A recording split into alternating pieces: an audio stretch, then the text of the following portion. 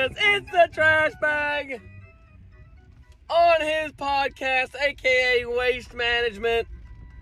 Oh, goodness gracious. What another pathetic week.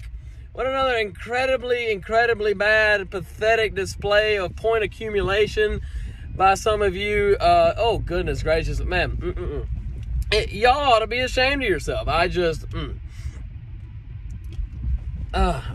Anyway, I digress. I don't even know how to start with you guys today. Anyway, moving forward. I'm done. I'm done with you guys. Like, wow, y'all are bad. I got a real quick show for you guys today. I got a couple new segments. We're gonna add in the tiers, things of the sort. Okay, son, you can stop. Lack of seeing all of you. It's ridiculous. Okay, no, really, lack of sun. I'm out of sun. Like, seriously. Okay, boom. Gotta go over a few things. I got my trusty little thing here. I'm out of phones, all of you. Hi, man. On paper, it's the trash bag.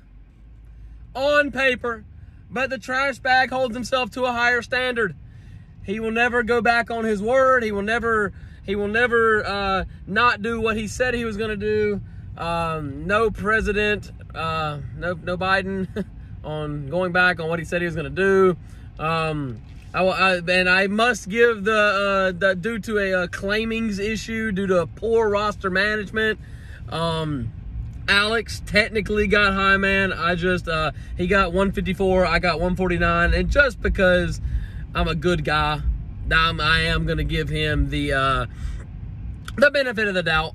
Because he would have started likely would have put him. He likely would have put him over the threshold in which I stood, and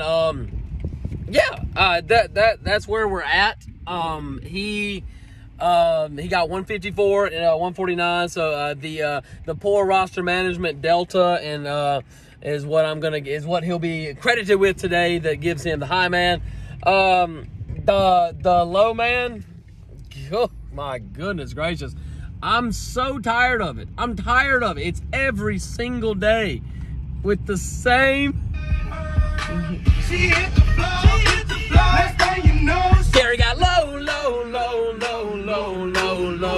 Girl, he gets so bad. Man, Gary's bad. He gets so bad. This is his segment. Man, he's so bad. He is so bad. Gary got low. Yeah, Gary, my goodness, brother.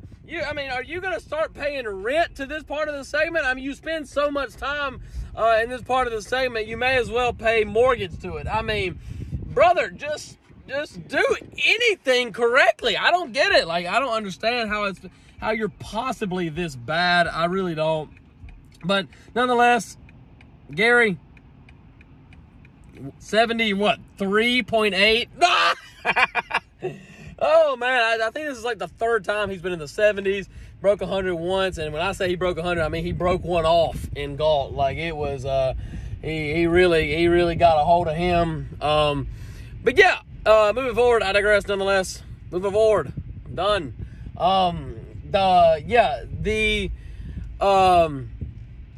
The high man, we had a lot of big scores this week. I think I had 149. Alex had 147 with the poor roster management. But I'm a good leader. Take notes, everybody who's ever in this country.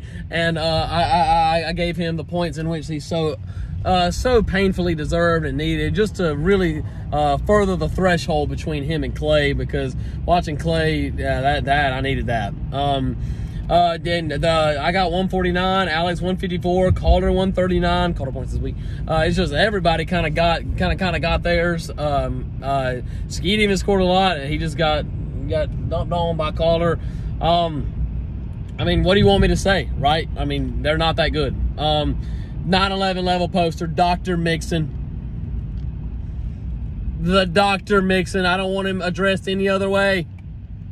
Dr. Mixon. 51. And I'm right beside Cheese on a golf cart. 51. Oh my gosh. I think he had 160 yards and like 5 tutties. Like almost 100 yards receiving. It was absurd. The only game I can think of off the top that reminds me of this is the Alvin Kamara game a few years back. It's insanity. And now, again, my talent acquisition team knows when to really like dive after somebody, and this was the time. This was the time where my talent acquisition team knew to go head first, try to get this guy, try to get another quarterback. And I got all that. And Mixon, I offered him a bye week this week to rest his legs a little bit, as I'm sure he's quite exhausted from lugging my team on his back. He had a third of my points, and again, I had 150 points. that is insane. 150 points, and someone, I think it was literally like 34.5%. It was insane. But man, do I appreciate his efforts. And just another thing I can brag to Calder about ability to beat cheese. But yeah, that's it. Storylines for the week. Skeet's revenge tour was led astray. No Disney and mainstream media on leading people astray. It was led astray, and Calder's tour guide expedition, if you will, took over. Man, what a joke that was. Galt, man, you ought to be ashamed of yourself. Your spoon runs rampant, brother. And that basically was just a handout towards the end. Now, you probably should have got it to begin with, but you just handed a win at the end. Call no most of Americans on accepting handouts. Man, you just got fed. And thanks to, again, Dr. Mixon, the trash bag, me, was able to move to 7-2. Furthering his lead in this sick, twisted, devious league I'm in. Dr. Mixon, I was able to beat cheese in convincing fashion. I will not say that Dr. Mixon will be able to do this again, but as of now, I appreciate Dr. Mixon's effort. No Lakers. Oh, and yeah, no Lakers on not being able to ever win again. Just a one-off, just lightning in a bottle. Gary and Evan. I mean, I've literally boiled water and been more entertained. It was just a sweet little cuddle session. It was so cute. I mean, and it was just a little cuddle session, just a little nice, sweet cuddling from them. No Jimmy Epting on cuddling with someone who you shouldn't be cuddling with. But anyway, I digress. Evan was able to win. His feathers in his pillow were able to outlast Gary's feathers. Pause. Alex became Clay's biological father. No Lamar Jackson over Tom Brady on being his biological father. He died like 154-80. That's almost 80 points. It's like, what is it, 76, 74, or something like that? I don't know. I'm not great at math. Thank you, Miss Blanton. Shout out to Gary for that.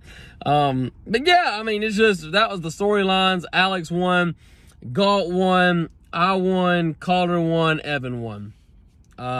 The bottom feeders are continuing to bottom feed, the Garys of the world. Alex was able to get a win. The field is kind of mediating. It is kind of coming back to norm. A lot of outside of me looking down on you peasants at 7-2, it's kind of and Gary, of course, being a pathetic outlier down there, but most of it is a little bit even. A lot still up for grabs. Boom, new segment. What did we learn?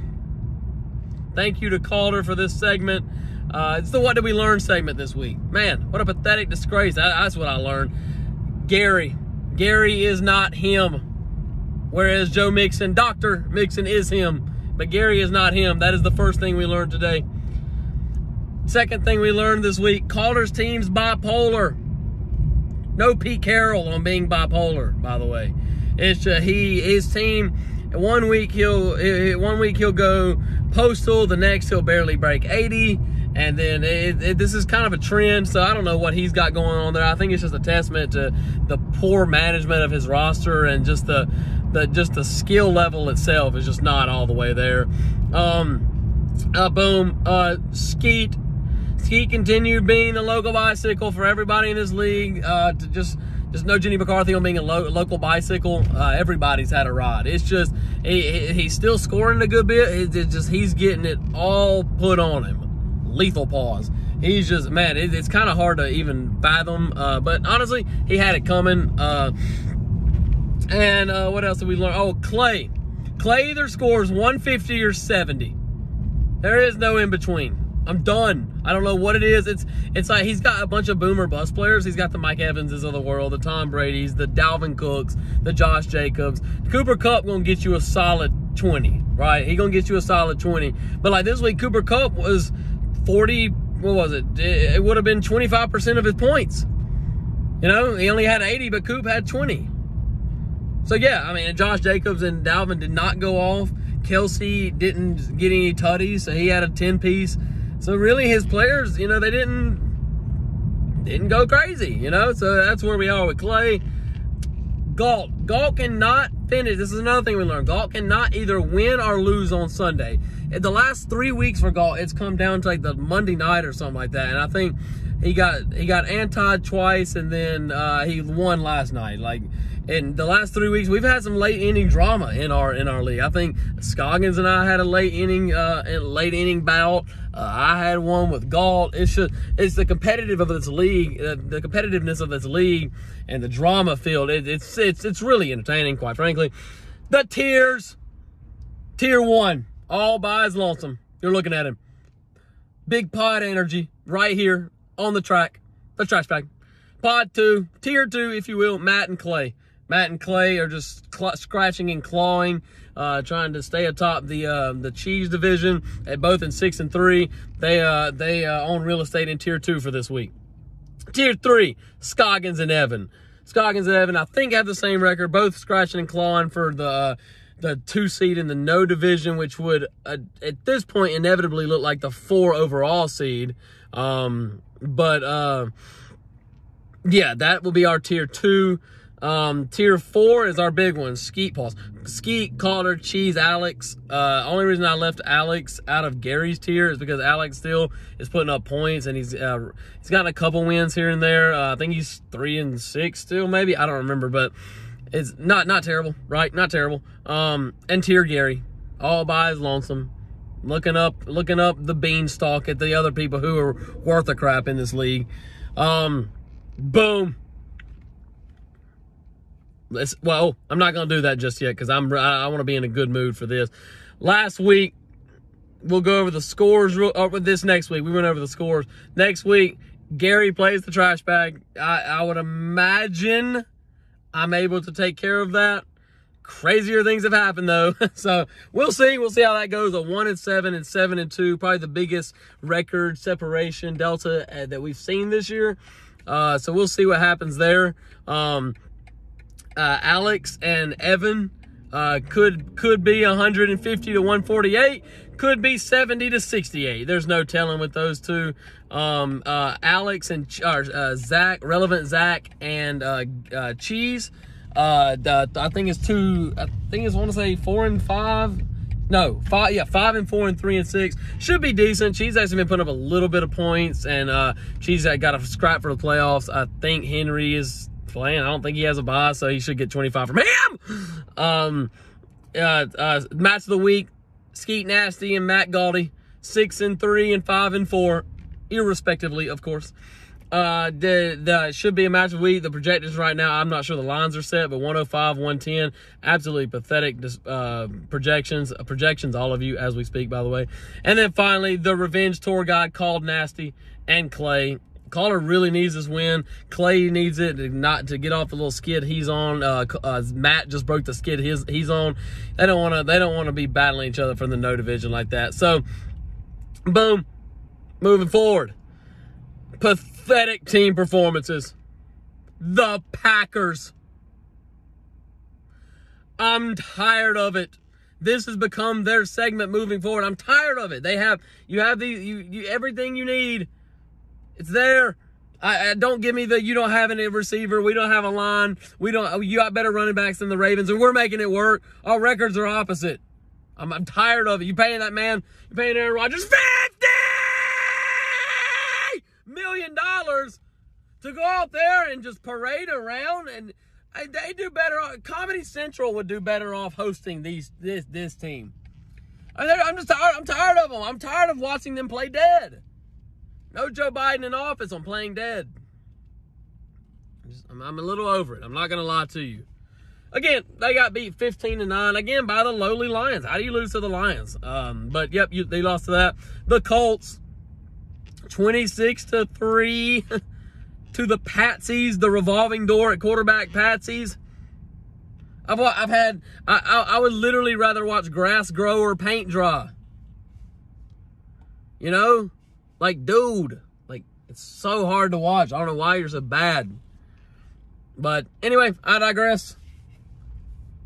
Amount of traffic, all of you trying to navigate through. Anyway, moving forward. The Falcons at home to the Chargers, the receiverless Chargers. You lose 20-17. Goodness gracious, y'all are pathetic. I mean,